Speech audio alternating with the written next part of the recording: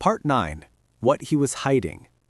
The cafe on Willow Street was small, quiet, and warm, the kind of place Alyssa usually loved. Today, it felt like a stage. She arrived 10 minutes early, choosing a seat in the far corner where she could see the door. Her heartbeat was steady, but her hands were cold. She kept replaying Hannah's last message. "Mark is not who you think he is." What did that mean? What could possibly be worse than cheating, lying, manipulating? She didn't know, but she was about to. At exactly 6 p.m., Hannah walked in. Alyssa's breath caught. Not because Hannah was beautiful, she was, but because she didn't look like the girl Alyssa had imagined. She looked nervous, tired, almost guilty. She approached slowly. "Hi," Hannah said softly. Alyssa nodded. "Sit." Hannah did. They sat in silence for a moment, a hum of soft indie music filling the space between them. Finally, Alyssa spoke. "Tell me." Hannah swallowed hard. I will, but please understand I didn't know what was happening. Not at first." Alyssa crossed her arms. "Start from the beginning." The unraveling. Hannah took a deep breath. "When I met Mark, he told me you two had broken up months ago. He said you were still living together because it was complicated. He said he didn't want to hurt you." Alyssa felt anger flash on her chest, but she stayed silent. Hannah continued. "I believed him. He seemed kind, maybe too kind, almost perfect." She paused. "And that should have been my first warning." Alyssa frowned. "Warning for what?" Hannah lowered her eyes. "For the lies." She reached into her bag and pulled out her phone. "I want to show you something." She opened a folder of screenshots, messages, profiles, usernames. Alyssa leaned slightly closer.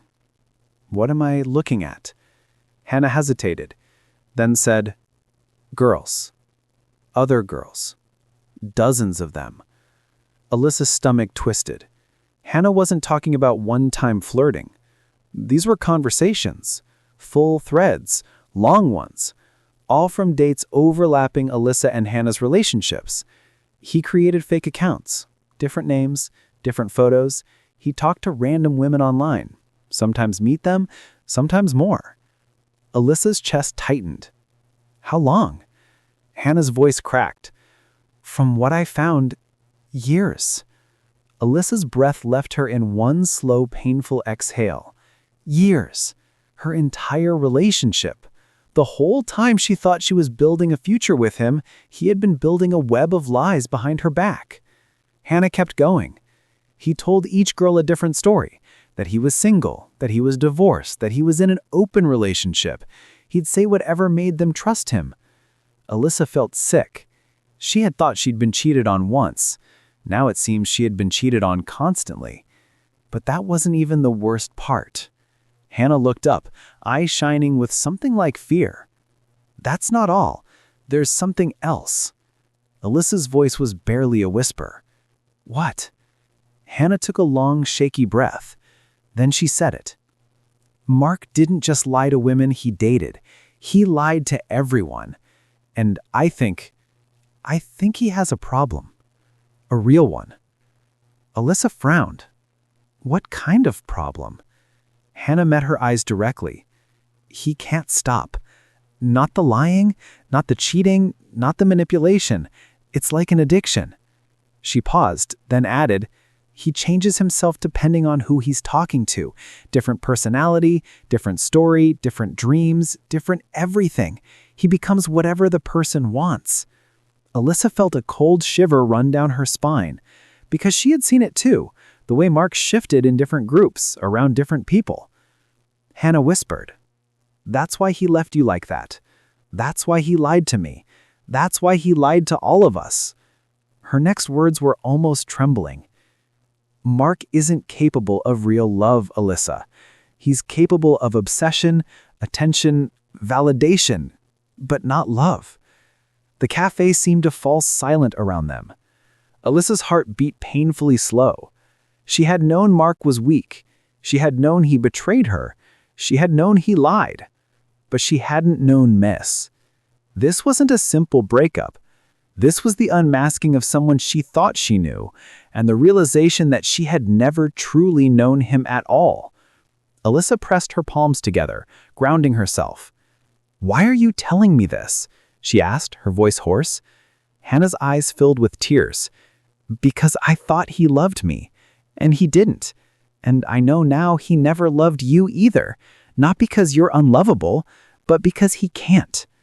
Alyssa's throat tightened. Hannah took a shaky breath. "I'm telling you because I don't want him to hurt anyone else, and because you deserve the truth." Alyssa looked down. For the first time since the breakup, the pain inside her began to feel different. Not smaller, not gone, but clearer, realer, and strangely lighter. Because now she understood. She hadn't lost someone good. She had escaped someone dangerous. Part 10. The Rebirth. The days after meeting Hannah felt strangely quiet. Not peaceful, not yet, but quiet in the way a storm becomes calm after it has finally burned itself out. For the first time in weeks, Alyssa slept without waking up in tears.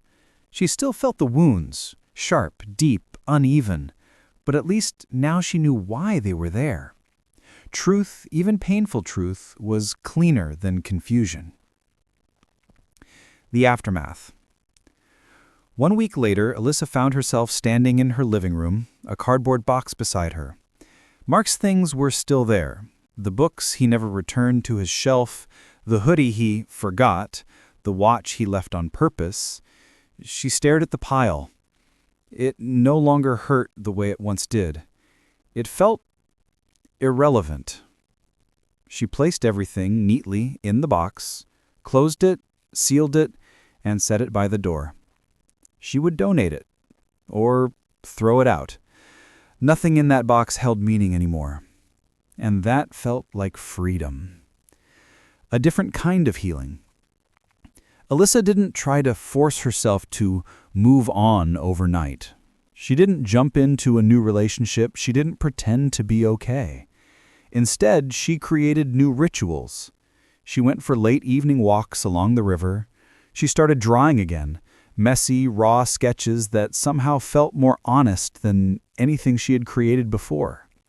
She stopped checking her phone the way she used to. She stopped waiting for an apology that would never come. And most importantly, she stopped blaming herself for someone else's brokenness. Every day, the heaviness in her chest lifted a little more. She wasn't healed, but she was healing. A chance encounter. It happened unexpectedly, like all important moments do. Alyssa was sitting in a small library near campus, working on a design project. Her headphones were on, music low, when a voice said, "Hi, is this seat taken?" She looked up. A guy stood in front of her. Tall, warm eyes, gentle posture. She recognized him vaguely. Daniel, a friend from years ago. They had spoken maybe twice. "No, you can sit," she said. He placed his books down, smiled politely, and for a while they both worked in silence. After about 10 minutes, he glanced at her sketchbook. "That's beautiful," he said softly. Alyssa blinked, surprised. "Really? It's just a rough draft." "It's honest," he said, "and that makes it beautiful." She looked at him. The compliment wasn't romantic. It wasn't flirtatious. It wasn't manipulative. It was simply kind. Genuinely kind. Something inside her softened. Something she didn't realize had been so tense. A slow, quiet shift. They ended up talking for almost an hour. Not about relationships, not about heartbreak, not about wounds or betrayal or ghosts from the past. They talked about little things. Books, travel, their favorite coffee, stupid stories from childhood, dreams they had for the future. And for the first time in a long time, Alyssa laughed, really laughed, the kind that made her shoulders relax and her eyes brighten. It felt unfamiliar, but good. When they finally packed up, Daniel hesitated before saying, "It was really nice talking to you. If you ever want to, grab a coffee or something, I'd like that." Alyssa didn't freeze. She didn't panic. She didn't overthink. She simply smiled. "I'd like that too." Not a love story, not yet. Daniel didn't become her new boyfriend, not that night, not the week after. Alyssa didn't want a new fairy tale. She wanted a new beginning, a slow, steady one, built on real trust, not illusions. Daniel became a friend first, someone easy, someone safe, someone who didn't demand anything from her. And as they spent more time together, Alyssa realized something important. She wasn't healing because of him. She was healing alongside him. He wasn't her rescue. She rescued herself. The final lesson. Months later, Alyssa walked along the riverbank where she and Mark had once watched the sunsets together. The memories didn't sting anymore. They were just memories. She paused, watching the water shimmer under the fading light. She whispered to herself, "I didn't lose love. I lost someone who couldn't feel it." And for the first time, she believed it. Her heart wasn't broken forever. It was reshaping itself. Stronger, wiser, softer in the right places, harder in the necessary ones. She wasn't the same girl who had cried on her kitchen floor. She had become someone new, someone whole, someone who finally understood heartbreak doesn't destroy you, it reveals you. And with one deep breath, Alyssa turned around and walked forward towards a future that was hers again.